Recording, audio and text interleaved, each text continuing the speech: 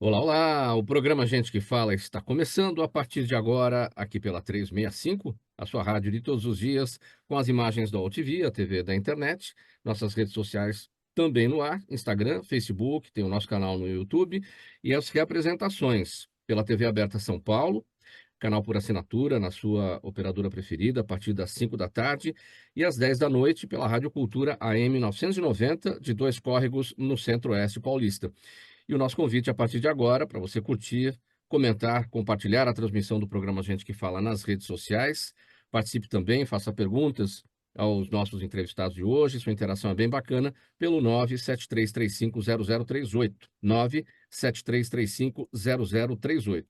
E hoje é quinta-feira, o nosso espaço aqui tradicionalíssimo, você conhece o Gente do MPD que Fala, parceria nossa com o movimento do Ministério Público Democrático. Nós vamos então apresentar agora os nossos convidados, nossas convidadas de hoje, para análise dos assuntos que estão propostos por aqui. Eu apresento aqui a doutora Tereza Exner, procuradora de Justiça e vice-presidente do movimento do Ministério Público Democrático. Tudo bem, doutora Tereza, procuradora, bem-vinda. Muito obrigada, bom dia a todos os colegas de bancada, um prazer estar aqui. Mais uma vez, Mauro, agradeço o convite. Uma honra. Muito obrigado pela presença. Procuradora Tereza Exner, também com a gente o professor Gonzalo Vecina Neto. O doutor Gonzalo Vecina Neto é professor da Faculdade de Saúde Pública da Universidade de São Paulo, idealizador do SUS e da Anvisa. Tudo bem, professor? Bem-vindo mais uma vez. Tudo bem, muito obrigado pelo convite. É um prazer estar aqui com os nossos membros da bancada e com os nossos internautas e escutantes que nos escutam. Obrigado pela presença, professor Gonzalo Vecina, também aqui na nossa bancada do Gente do MPD que Fala. O doutor Dávio Zarzana, professor, palestrante de Direito Previdenciário. O doutor Dávio é titular da Comissão Especial de Direito Previdenciário da OAB São Paulo e é presidente da Comissão de Direito Natural e das Relações Sociais da OAB, Seção Jabaquara Saúde. Tudo bem, doutor Dávio? Bem-vindo mais uma vez ao Gente que Fala. Boa tarde, muito obrigado mais uma vez ao Ministério Público Democrático pelo convite e espero que tenhamos todos uma proveitosa transmissão e reunião. Também com a gente, na bancada de hoje, o doutor Rafael Galati Sábio, defensor público, especialista em direito processual e penal. O doutor Rafael Galati é diretor legislativo da APADEP, Associação Paulista dos Defensores Públicos, e também da ANADEP, Associação Nacional dos Defensores Públicos. Tudo bem, doutor Galati? Bem-vindo aqui com a gente. Seu Tudo áudio bem, Mauro? fechado. Boa tarde. Boa tarde, doutora Tereza, professor Gonzalo, doutor Dávio, todos e todas que nos assistem, estreando aqui no programa. Espero contribuir com os debates. Sim, seja muito bem-vindo aqui. Muito obrigado pela presença. Vamos então ao nosso primeiro assunto de hoje, dessa quinta-feira, do Gente do MPD que Fala. Especialistas alertam que a decisão do Supremo Tribunal Federal, que descriminalizou o porte da maconha para uso próprio, pode causar incerteza durante as abordagens policiais. Eles explicam o seguinte, que, na teoria, quem for encontrado portando até 40 gramas da droga deverá ser levado à delegacia e também ser apresentado a um juiz criminal. Porém, na prática, um policial pode preferir ignorar alguém usando a maconha, sabendo que a pessoa poderá, no máximo, ser advertida pela autoridade e liberado em seguida. Sua análise, doutora Tereza Exner, a respeito desse entendimento, desse olhar dos especialistas, a partir da descriminalização da maconha, o que é uma situação teórica e o que é que pode acontecer na prática, e isso trazer algum tipo de impacto na abordagem policial? Bem, essa eu acho que é uma das tantas questões que surgem, né, na esteira dessa recentíssima decisão do Supremo Tribunal Federal. Veja, são tantas as perguntas, tantas as dúvidas, não só dos policiais no que diz respeito à abordagem, mas para todos nós que trabalhamos nessa seara. Por exemplo, como é que se dará a venda legal? Tem que haver uma regulamentação, tá certo? Quem vai poder produzir, quem vai poder vender a maconha? Né? Será um modelo estatal, semelhante, por exemplo, ao que se tem no Uruguai, ou uma livre iniciativa, né, como nós temos, por exemplo, nos Estados Unidos, O consumo estaria também, para fins de uso, né, também estaria viabilizado para menores de 18 anos.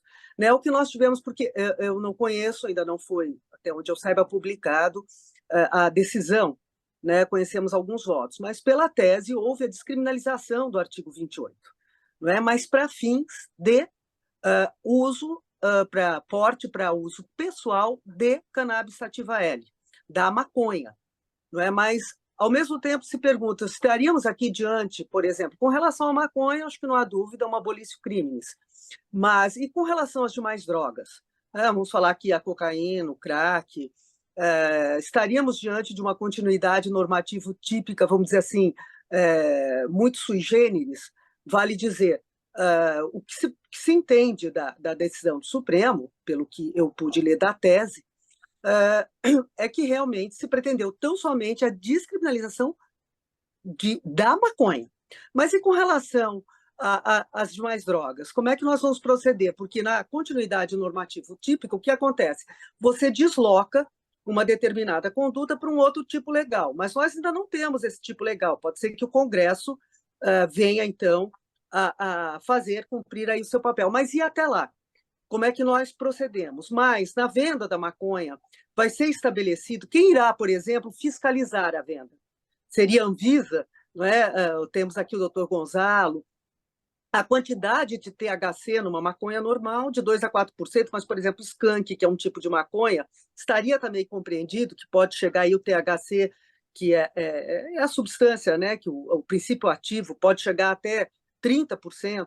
Ou seja, são muitas indagações. Com relação a essa específica da abordagem dos policiais, eu creio que a polícia militar, e até eventualmente também a polícia civil, que eventualmente faz também algumas abordagens, vão se adequar. Eu não acredito que vá haver um desestímulo, por assim dizer. Eu acho que o que vai haver é uma melhor avaliação dos policiais, no sentido no momento da abordagem, não é?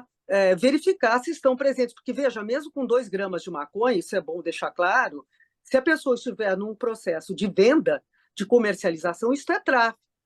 Né? Então, acho que o que vai gerar por parte das polícias é uma maior avaliação no momento da abordagem, que é justamente o que se pretendeu com essa descriminalização no que diz respeito à maconha. Aí fica sempre muitas perguntas que, aí, a partir do dia a dia, do cotidiano, da casuística, vão ter que ser construídas, né? Mesmo com relação às organizações criminosas. Será que elas vão ceder tão facilmente esse monopólio da venda da maconha? Enfim, são inúmeras questões. Eu acho que só o tempo realmente para que possa ser esclarecido como é que vai se dar essa persecução.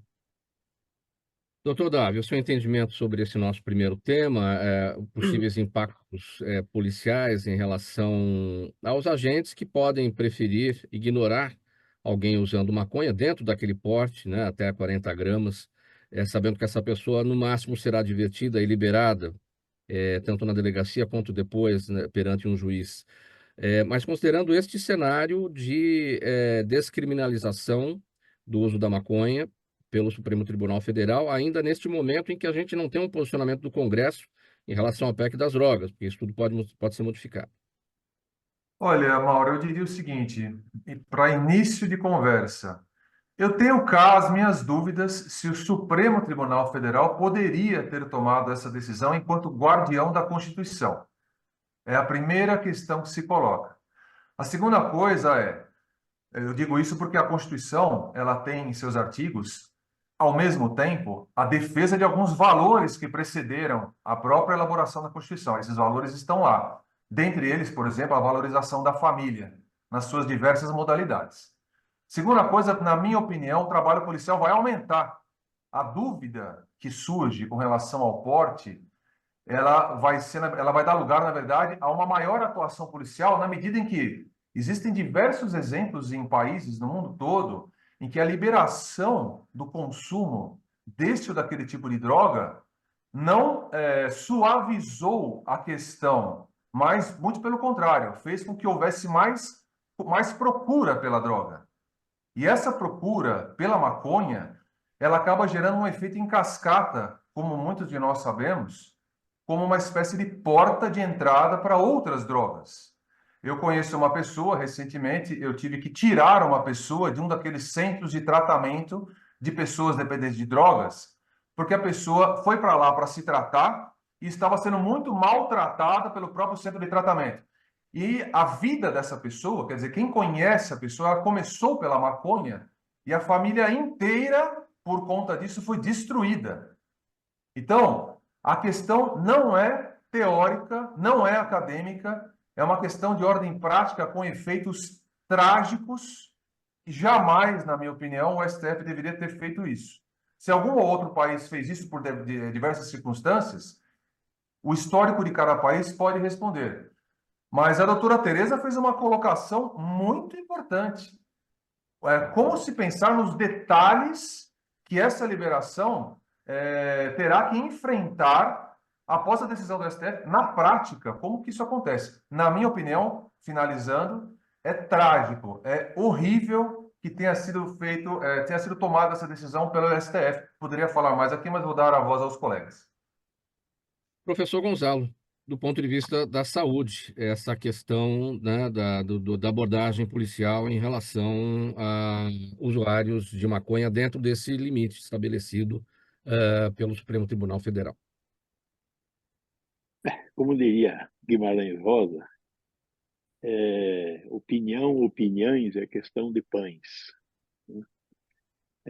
Cada um tem a sua opinião, né? Eu também tenho a minha opinião. Eu trabalhei com essa questão das drogas, porque a Anvisa, de fato, é a guardiã de uma lei aberta.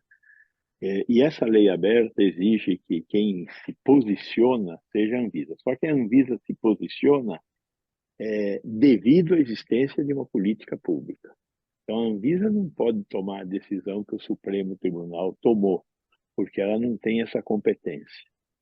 E existia a lei brasileira, ela não criminaliza o consumo, porque quem consome a droga é um adicto, é um doente. Então, o que está criminalizada é a venda do produto, o tráfico do produto, mas não o consumo. Não é? E, em função dessa confusão entre consumidor e traficante, o Supremo resolveu se manifestar em relação ao que é o volume. Para ter uma ideia, pelo que eu andei lendo aí, com todo o respeito, estou aqui no meio de 3 representantes do mundo jurídico, não quero comprar nenhuma briga aí, mas a população carcerária brasileira, que é a 3ª maior população carcerária do mundo, e nós resolvemos comprar essa briga das drogas através da punibilidade, o que eu, pessoalmente, como pessoa, acho um equívoco, né? Cerca de 5% da atual população carcerária brasileira está preso por posse de droga. Ou seja, terá que ser revisto, agora que o Supremo tomou essa decisão, para que esses 5% que foram presos por posse, a grande maioria destes presos negros. Temos que entender o que está acontecendo nesse mundo, né?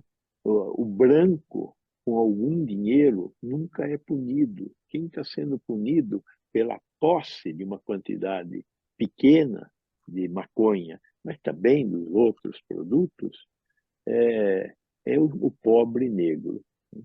Então, eu acho que, na melhor das hipóteses, na pior das hipóteses, o Supremo coloca isso em discussão na nossa sociedade. Muito provavelmente, o Congresso brasileiro, que é um Congresso extremamente conservador, vai se manifestar e isto vai ser colocado em outros termos, infelizmente, do ponto de vista da saúde pública, que é o ponto de vista que eu estou olhando. Dr. Rafael Galati, sua análise. Mauro, na minha visão, o Supremo Tribunal Federal andou muito bem né, em debater e decidir sobre a questão. Nós temos décadas, né, de guerra às drogas, não só no Brasil, inclusive não foi deflagrada no Brasil essa guerra às drogas, né, foi deflagrada no mundo, né, num contexto específico, e nós temos perdido essa guerra, né, as facções criminosas, os traficantes, têm cada vez se fortalecido, né, penetrado em outros ramos da economia brasileira, e não há dúvidas, né, como talvez a doutora Tereza tenha dito, né, nós temos a terceira maior população carcerária do mundo, prendemos cada vez mais e não reduzimos o tráfico de drogas no país. Isso leva a crer, Mauro, que nós precisamos pensar em alternativas, né? Claro, só o tempo vai dizer se no contexto brasileiro a descriminalização da maconha e no futuro talvez de outras drogas resolveu, minimizou o problema, piorou o problema. Mas a partir do momento que nós temos, ano após ano, números de faturamento do tráfico de drogas cada vez maiores, nós precisávamos ter outras alternativas, outras soluções. E essa decisão do Supremo Tribunal Federal, né, em um recurso movido pela Defensoria Pública, né, essa instituição que eu faço, que eu tenho bastante orgulho em fazer parte, decidiu que só, né, a maconha não seria crime o porte da maconha. Tratou-se, portanto, de uma decisão mais simbólica, né? O STF poderia ter se pronunciado sobre todas as drogas e não fez, né?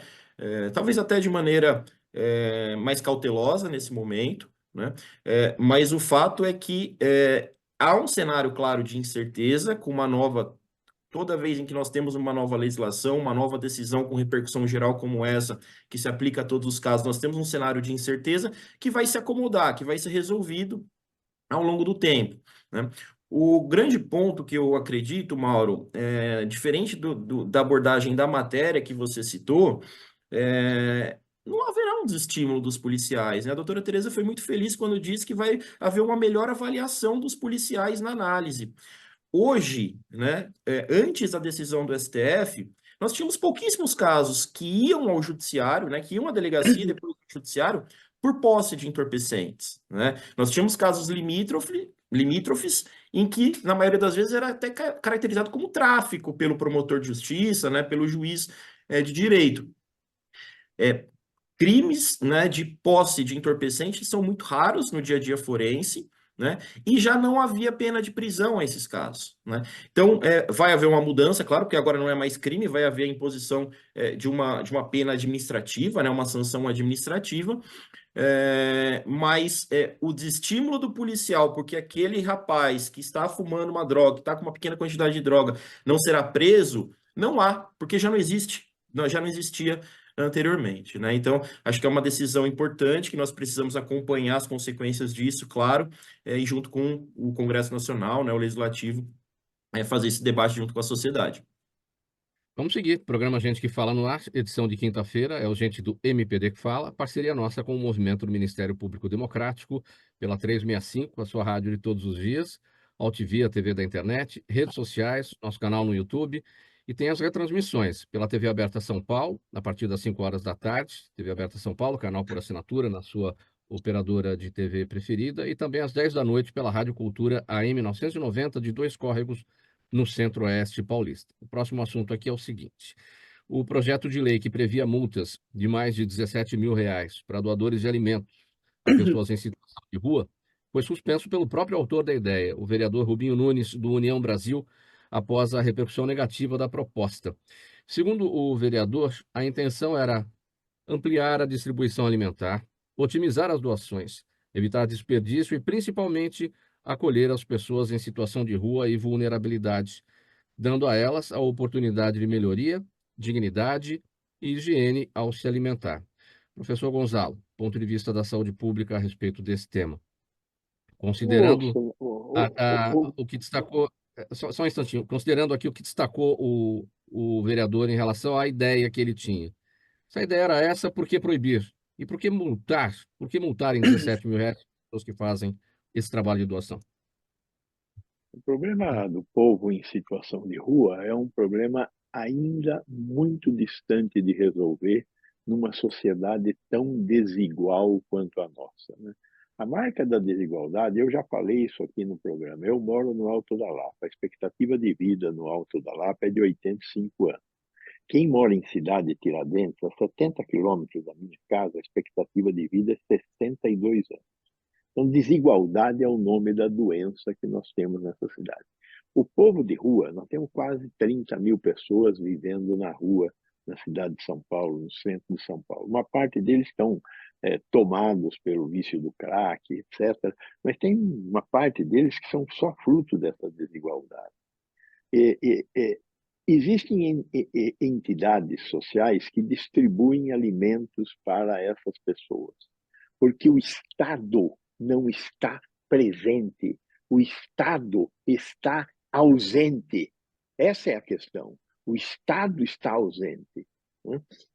Países ricos também têm população de rua, mas o Estado está presente para cuidar dessas populações.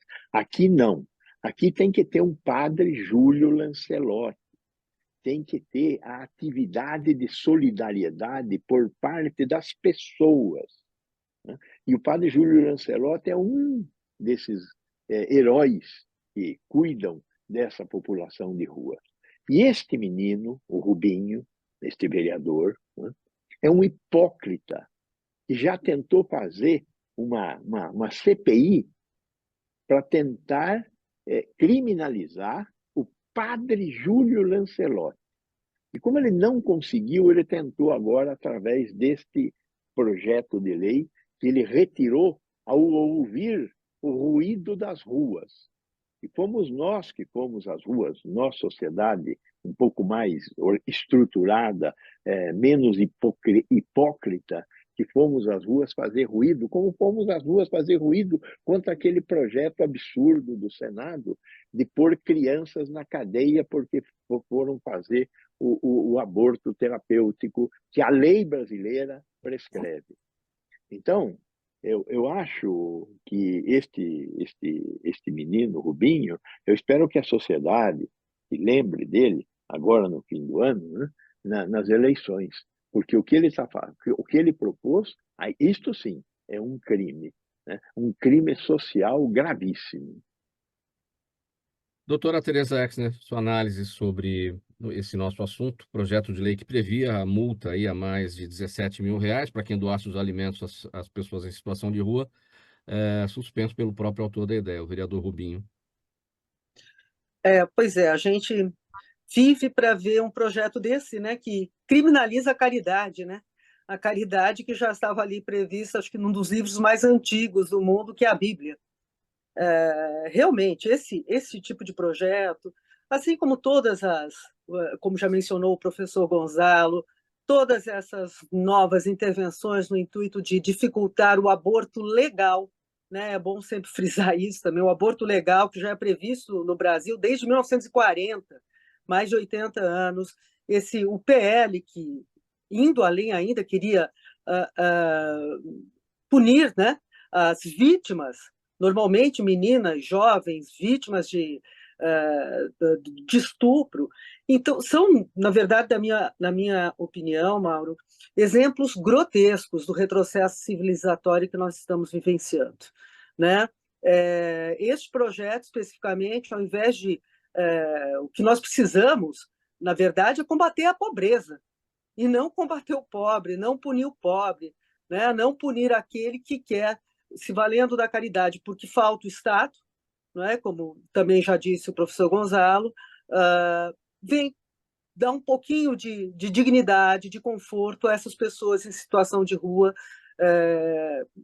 e que passíveis de tanto sofrimento, não é? Então, realmente é um absurdo, o projeto parece que foi suspenso, o ideal é que ele fosse retirado em definitivo, né? Vamos aguardar aí o que virá proximamente, né? Mas é escandaloso, na minha opinião, escandaloso. Doutor Rafael Galati, o que tem por trás deste projeto agora suspenso do vereador Rubinho Nunes do União Brasil, proibindo aí a caridade e multando quem o fizesse? Mauro, eu concordo plenamente com a doutora Tereza, né, professor Gonzalo. Uma infelicidade esse projeto, né? Precisa de ser arquivado o mais rápido possível, não suspensa a sua tramitação, mas arquivado, Nós temos um princípio constitucional, né, que é um objetivo da República Federativa do Brasil, de maneira expressa na Constituição, a construção de uma sociedade livre, justa e solidária, né? E nós, com esse projeto, claro, asfixiamos, né, aqueles que prestam a solidariedade, aqueles que tentam minimizar um problema social extremamente grave e complexo, que é aquelas pessoas que estão em situação de rua, né? Nós tivemos um aumento exponencial da população em situação de rua durante a pandemia de Covid-19, tanto em quantidade, né, quanto em qualidade das pessoas que estão nas ruas, né? Nós tínhamos antes um perfil, e esse perfil se alterou durante a pandemia para que famílias inteiras, né, com crianças, inclusive, fossem às ruas em razão de todas as consequências, né, econômicas, também daquela pandemia. O problema da situação de rua envolve várias questões, né, moradia, saúde, segurança, acesso a direitos, né, assistência social. Não vai ser resolvido de uma maneira simples, claro, todo problema complexo precisa de uma solução complexa, mas enquanto essa solução não vem, né, professor Gonzalo, e os nossos equipamentos públicos, infelizmente, não fazem frente ainda a esse grave problema de uma maneira eficaz, né? São Paulo, cidade de São Paulo, tem a maior população em situação de rua do Brasil, né? São cerca de 90 mil pessoas em situação de rua só na capital paulista. Então, esse projeto faria com que inibisse, ao menos, né? Ao menos inibisse que as ONGs, as pessoas que fazem esse trabalho de caridade, esse trabalho solidário, pudessem auxiliar, ainda que de maneira muito pequena, né? Mas já é um grande auxílio para aquela pessoa que está em situação de rua. Então, espero, né, que esse projeto seja de fato abandonado e arquivado o mais rápido possível. Doutor Dávio, sua análise? Seu áudio fechado, doutor Dávio, pode abrir, por gentileza. Fazendo uma breve análise, pegando carona na fala do Dr. Rafael, há outro princípio constitucional também, que é o da erradicação da pobreza, né? Então, realmente, concordando com os demais membros aqui da bancada, foi um projeto tão inviável e infeliz que o próprio autor retirou, né, como já foi dito. E essa inviabilidade se dá também num detalhe, que é o seguinte: está escrito expressamente no projeto que para doar alimentos, as pessoas físicas deveriam, em primeiro lugar, limpar toda a área onde seria realizada a distribuição dos alimentos, disponibilizando tendas, mesas, cadeiras, etc. Precisariam de uma autorização da Secretaria Municipal de Subprefeituras, precisariam de uma autorização da Secretaria Municipal de Assistência e Desenvolvimento Social e o cadastro dos voluntários presentes na ação junto a uma Secretaria Municipal de Assistência, a mesma secretaria. Então, por conta disso tudo, na prática, como que se daria, por exemplo, nós já fomos à Praça da Sé tantas vezes realizar uma doação para uma pessoa que estava em necessidade, cuidar dessa pessoa, dar uma vestimenta. Aí, no momento do ato de caridade, como disse a doutora Tereza, você pensar consigo, opa, eu não consegui a autorização de tal instituição ou de tal entidade. Isso é inviável e, portanto, não deve subsistir no mundo jurídico. O programa Gente que Fala segue por aqui, edição de quinta-feira, sempre o Gente do MPD que Fala, parceria nossa com o Movimento do Ministério Público Democrático, pela 365, sua rádio de todos os dias, as imagens do AltV, a TV da internet, redes sociais, nosso canal no YouTube, tem a retransmissão às 5 da tarde pela TV Aberta São Paulo, canal por assinatura, na sua operadora preferida, e às 10 da noite pela Rádio Cultura AM 990, de Dois Córregos, no Centro-Oeste paulista. O próximo assunto para a gente tratar por aqui é o seguinte: o Supremo Tribunal Federal declarou inconstitucional o pagamento do salário esposa a servidores públicos da Prefeitura de São Vicente, no litoral de São Paulo. Esse valor mensal, previsto em lei desde 1978, era pago a servidores homens, casados ou em união estável há mais de 5 anos, desde que suas esposas não tivessem atividades remuneradas. O ministro Nunes Marques, relator do caso no Supremo Tribunal Federal, destacou o seguinte: o poder público não pode conceder de favor, regalia, privilégio ou proveito de acordo com a condição de cada indivíduo, e que a fixação de vantagem diferenciada a servidor público somente se justifica se for baseada em critérios razoáveis, e voltados ao interesse público. Doutor Dávio, seu entendimento sobre essa agora constitucionalidade deste, até aqui, direito pago aos servidores públicos de São Vicente e que se repete em vários lugares do país. Será que essa decisão tem repercussão geral também? Olha, Mauro, eu vou dizer uma coisa. Já eu vislumbro aqui a violação ao princípio da isonomia que você está considerando pagamento às esposas, independentemente da justificativa que eles tenham montado, mas, para ser bastante franco, é um pouco risível a matéria. Parece até uma coisa de bom humor. Agora, é por isso que aumentaram os concursos públicos em São Vicente, é por isso que todo mundo está querendo ir para lá. Daqui a pouco vai ter o auxílio primo, o auxílio sobrinho. Realmente, eu acho que dispensa maiores comentários. Eu acho que realmente deveria ser estendida essa questão do fim dessa decisão a outros estados em que isso esteja ocorrendo. Doutora Tereza, desde 1978 isso, né? Ou seja, a gente não está falando de uma coisa que começou ontem, né? É algo impressionante. O que causa maior estranheza é a demora, né? Em pôr um fim a uma situação tão absurda, tão kafkaniana, por assim dizer, até porque viola todos os princípios, né, republicanos, o princípio da igualdade, Isso. da impessoalidade, da moralidade, não é? Porque, afinal de contas, qual é a contrapartida para o Estado? Não é o salário esposa e veja, e é o servidor, então, na verdade também aqui eu não posso deixar de reconhecer aqui, né, um fruto grandioso do nosso sistema patriarcal, machista, porque é a esposa que está em casa cuidando da casa, então o servidor recebe, né, um plus aí para que, enfim, como uma forma de compensação, né? Ele tem a esposa em casa, então, quer dizer, o homem solteiro, e aqui não atinge nem tanto o feminino, mas você vê que muitas vezes atinge o próprio masculino, quer dizer, o homem solteiro, o divorciado, o viúvo, ninguém. Quer dizer, é de um absurdo tão grande que realmente o que me espanta é que tenha demorado tanto, né? Em 2023, o Supremo já havia reconhecido também a inconstitucionalidade de uma lei, acho que de São Simão, aqui em São Paulo, e isso deve seguramente estar espalhado pelo Brasil, quer dizer, isso já deveria ser assim, como se diz, ter uma repercussão geral, realmente dizer, olha, vamos acabar onde quer que isso esteja acontecendo. É uma grande vergonha, né? Realmente, é isso que eu posso dizer.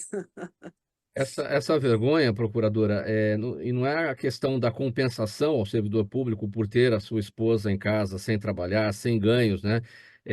Fica aquela situação, você vai receber isso para manter a sua esposa em casa, para ela não trabalhar, ou seja, é o viés machista que tem por trás de uma medida como essa, que vem dos anos 1970, enfim, e que demorou de fato demais para cair, né? Exatamente, exatamente. Sob todos os ângulos é um absurdo, não Sim. é? Professor Gonzalo. Veja, eu fico boquiaberto. Eu não tinha noção que existia um assunto como esse, né? Quer dizer, eu acho tão kafkiano, como a doutora já mencionou, aí, coitado, ele nem merece fazer parte dessa Verdade. Kafka, né? Não merece fazer parte desse negócio. Mas eu acho que estava na hora da gente rever esse negócio, né? Rever não só este negócio, como outros negócios que acontecem no mundo judiciário, que acontecem no mundo dos militares, que quando o titular morre, aquilo vai se distribuindo pela família até a quinta geração. Não tem cabimento uma coisa dessa. Está errado, moralmente está errada. Nós temos que rever tudo isso, com certeza. Doutor Galati? Doutor Galati, nos ouve? Não tem muito o que falar, né, Mauro? É uma vantagem. Me ouvem? Sim, É sim, uma pode sim. vantagem. Houve um travamento. Obrigado, obrigado. É uma vantagem que não é razoável, que não se coaduna com os princípios, né, da administração pública.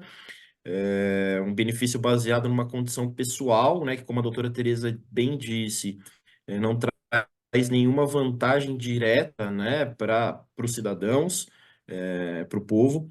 É bom enfatizar, né, que os servidores públicos, servidoras públicas merecem ser muito reconhecidos, né, o trabalho que todos exercem, né, precisam ser bem remunerados, mas essas vantagens, né, precisam ter uma relação com o serviço prestado, né, para que haja uma legitimidade no recebimento disso, até para que a sociedade entenda o papel importante que essas vantagens trazem, né, não essa no caso específico, mas aquelas que dizem respeito ao serviço prestado, para qualificar cada vez mais o serviço público, né? Mas essa não atende nenhum dos requisitos necessários para a melhoria do serviço, para qualificação, para busca de melhores profissionais. Então, uma decisão do STF que, embora muito demorada, né?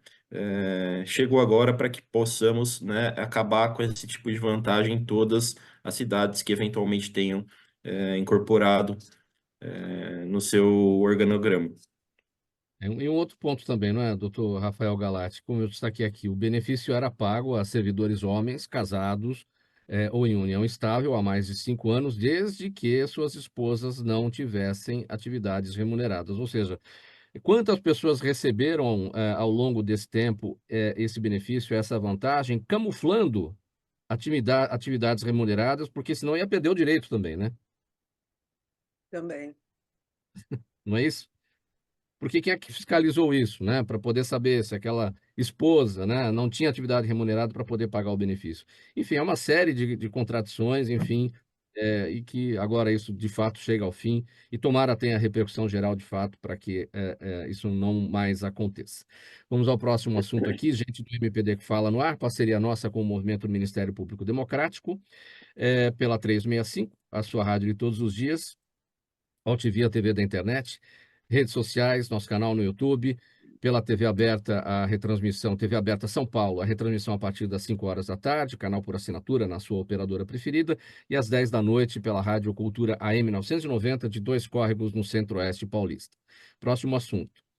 Sócios e diretores de 12 empresas com processos em tramitação no Supremo Tribunal Federal foram palestrantes na edição deste ano do Fórum Jurídico de Lisboa, evento organizado pelo IDP, faculdade do ministro do STF, Gilmar Mendes. A presença deles no evento gerou preocupações sobre possíveis conflitos de interesse e favorecimento com possível comprometimento em relação à imparcialidade do judiciário. O ministro Gilmar Mendes assegurou que as conversas no encontro seguiram padrões legais e éticos e que há uma certa incompreensão sobre o caráter do evento. Doutor Rafael Galati, tem uma música antiga do Roberto Carlos que dizia assim: que culpa tenho eu, me diga amigo meu, se tudo que eu gosto é ilegal, é imoral ou engorda. O que é que tem de ilegal, de imoral e o que é que engorda nessa história? Mauro, chama muito a atenção, né, da sociedade como um todo, um evento na Europa, né, com a quantidade de autoridades que se deslocaram até o local para uma entidade privada, né, organizando, que tem relação direta com o ministro do Supremo Tribunal Federal. Há algo de concreto que seja legal? Não, né? Mais um dos pilares do Estado Democrático de Direito, né, é a independência do judiciário e a imparcialidade dos juízes, né? A partir do momento que você tem palestrantes nesse evento, né, que têm ações de impacto, né, de relevo, sendo julgadas pelo Supremo Tribunal Federal, né? Você tem o dono dessa entidade que organiza, sendo um dos ministros do Supremo Tribunal Federal. No mínimo, há uma dúvida, né, sobre a imparcialidade da corte quando for julgar essas questões, né? Então, nesse caso, seria muito melhor, uma solução muito mais adequada que não houvesse, né, participação de qualquer litigante no STF nesses eventos. Ou, na verdade, era melhor que nem existisse esse evento, né, dessa forma como é feita. Nós tivemos, né, Mauro, colegas, sessões do Congresso Nacional esvaziadas, né, sessões do STF que foram redesignadas para que fosse viabilizada a participação nesse evento lá em Lisboa. Então, em nome aí da aparência, né, além da imparcialidade, a aparência de imparcialidade é muito importante, né? Então, vejo com muito problemática essa participação de empresas que têm processos em trâmite no STF participarem desse evento de uma entidade privada ligada a um dos ministros. Doutor Davi, o que será que aconteceu? Porque esse evento já tem 12 anos e é a primeira vez que a gente ouve falar, né, dessa preocupação, né, dos litigantes envolvidos lá com o Supremo, comprometendo aí a questão da imparcialidade do jurídico. Olha, eu faço minhas as palavras, sim, eu faço minhas as palavras do Dr. Rafael, e eu digo mais, esse fórum seria uma excelente oportunidade para que houvesse as duas manifestações. Então, por exemplo, tem um palestrante, que é um membro desta empresa, cujo processo está no STF, que ele faz a sua palestra, e o próprio ministro Gilmar Mendes, em seguida, ele fala: muito bem, muito obrigado pela sua palestra, mas eu daria uma decisão contrária no seu caso, ok? Eu já poderia falar isso. Então, é exatamente o que o Dr. Rafael falou. Se você conversa com as pessoas na rua, os colegas de profissão, as pessoas não acreditam mais na imparcialidade do Supremo Tribunal Federal. Elas acreditam na importância do Supremo Tribunal Federal. Mas, atualmente, é uma das instituições que mais traz insegurança e dúvidas na cabeça da população, e inclusive no meio jurídico, de profissionais de renome. Enfim, cada vez que se ouve uma notícia dessa, se coloca em dúvida a capacidade de ser imparcial de um membro da mais alta corte do nosso país, o que é perigosíssimo.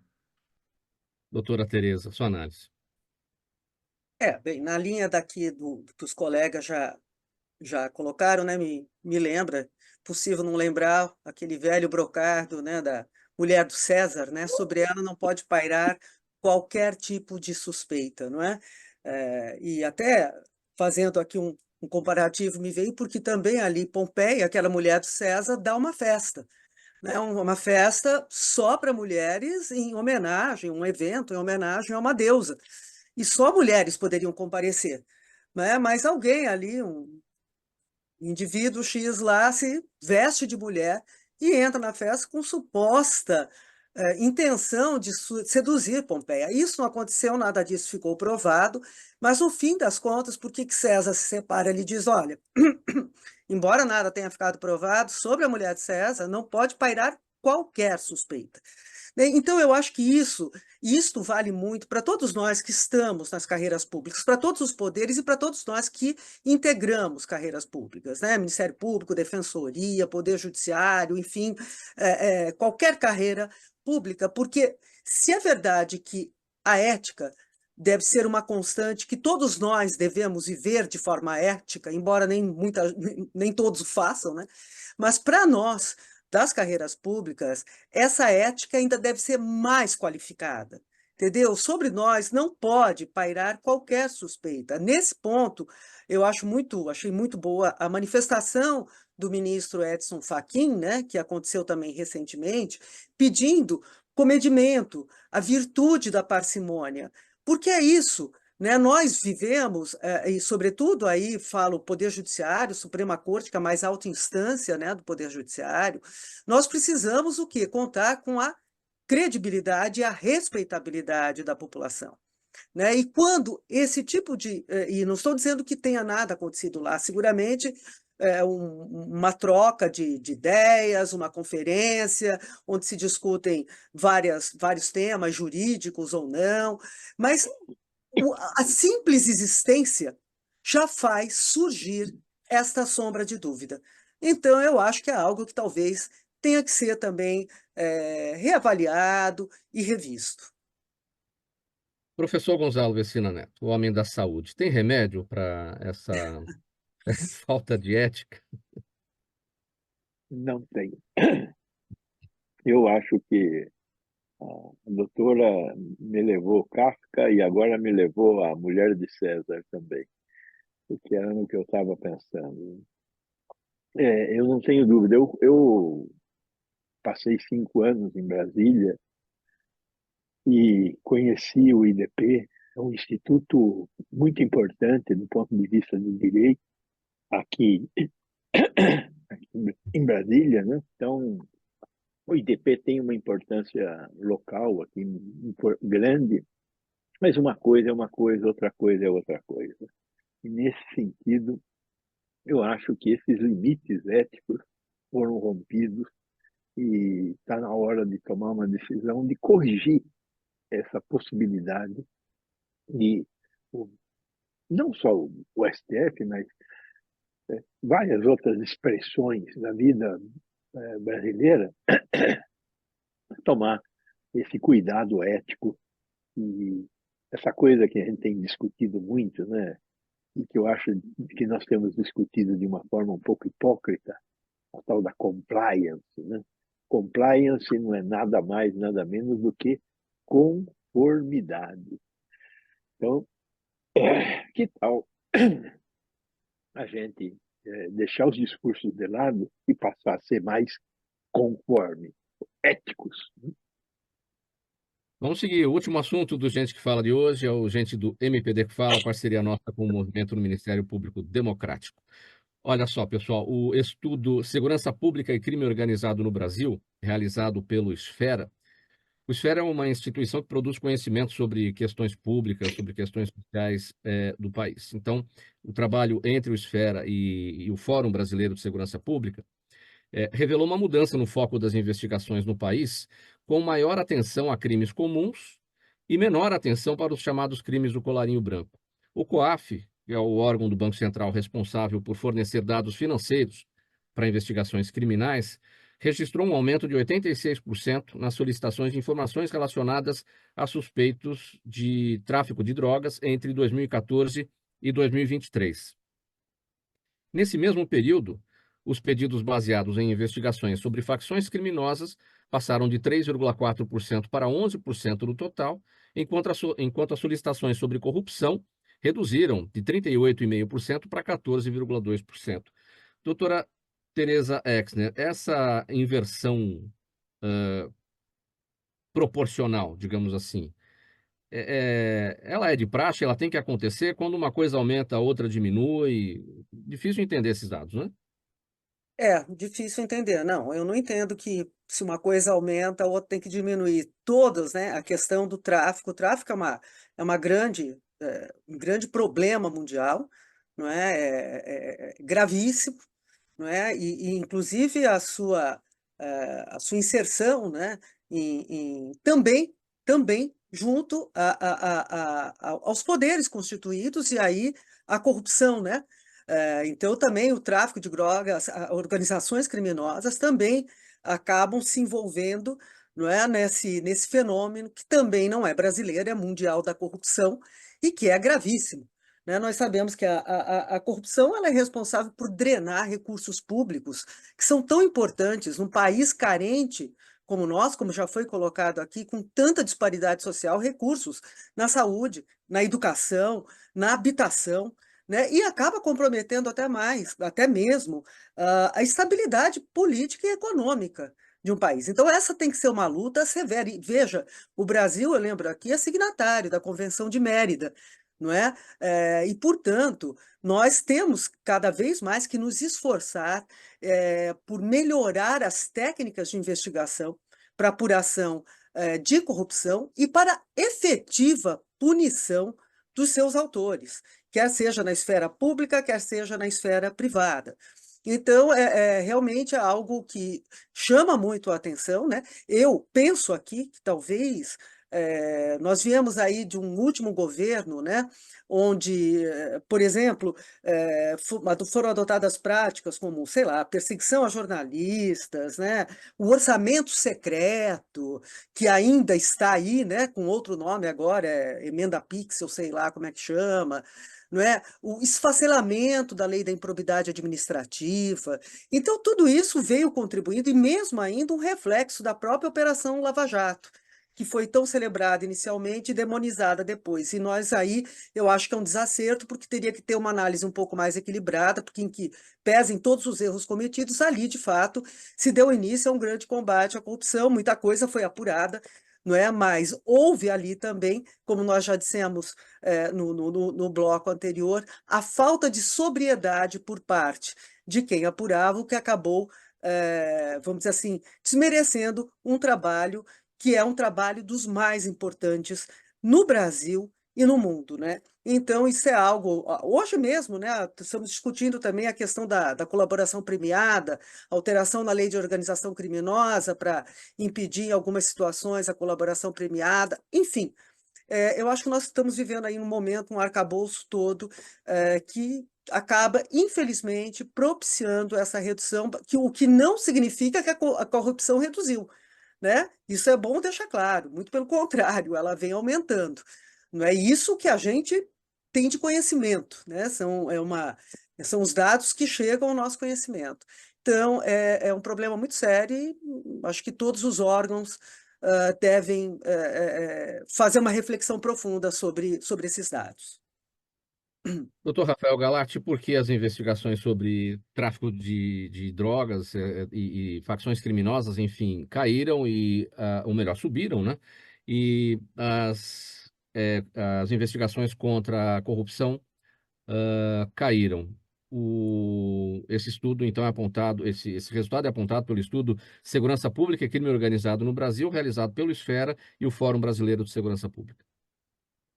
Mauro, eu até fiquei na mesma dúvida, né, que você colocou para a doutora Tereza, porque em números absolutos nós não sabemos se realmente reduziram, né, as investigações para apurar a corrupção, né, proporcionalmente realmente houve um aumento, né, no tráfico de drogas e uma diminuição proporcional desse tipo de delito. Nós temos, claro, uma situação endêmica de corrupção no país, né, em todas as esferas, e é preciso, sim, concatenar esforços para enfrentar esse problema gravíssimo, né, que drena recursos da saúde, da educação, da habitação.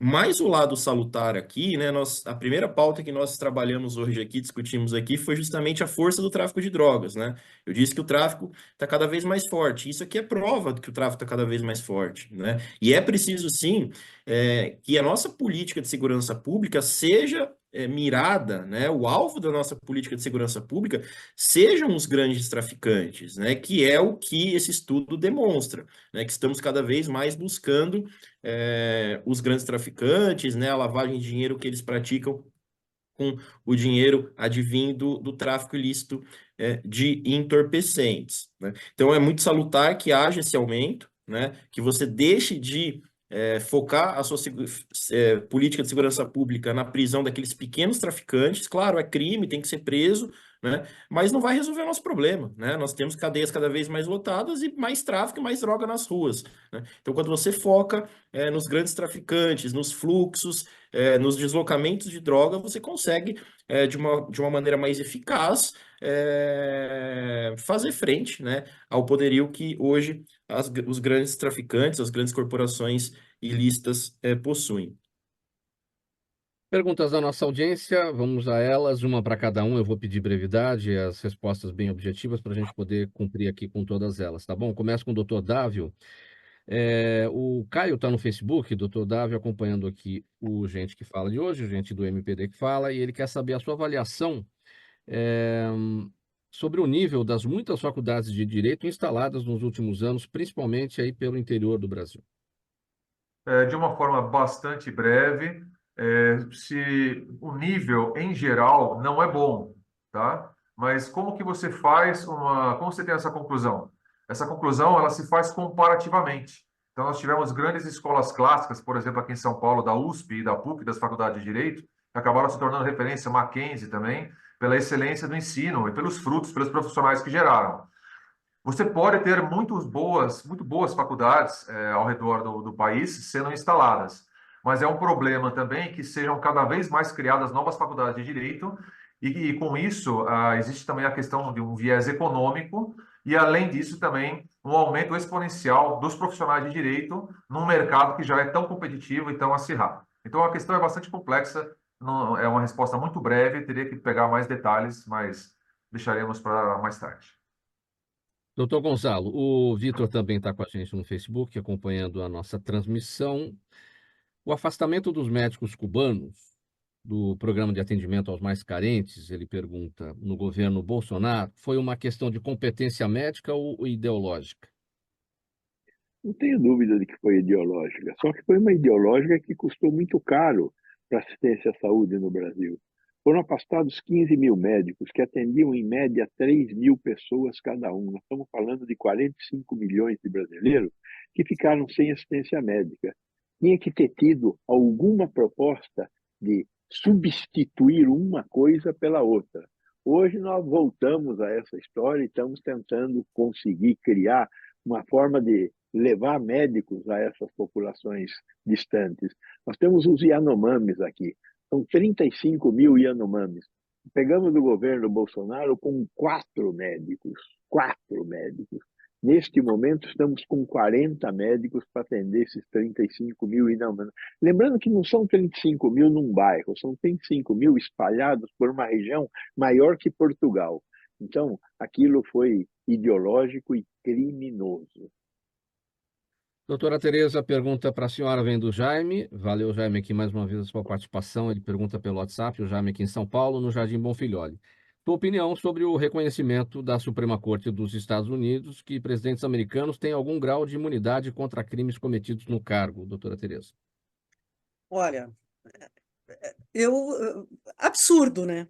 Porque, veja bem, imunidade a determinadas situações, óbvio, mas ali, diante do caso concreto, não é? O que nós vimos foi um presidente atentando contra a própria democracia, contra o próprio regime, contra o próprio país, pode-se assim dizer.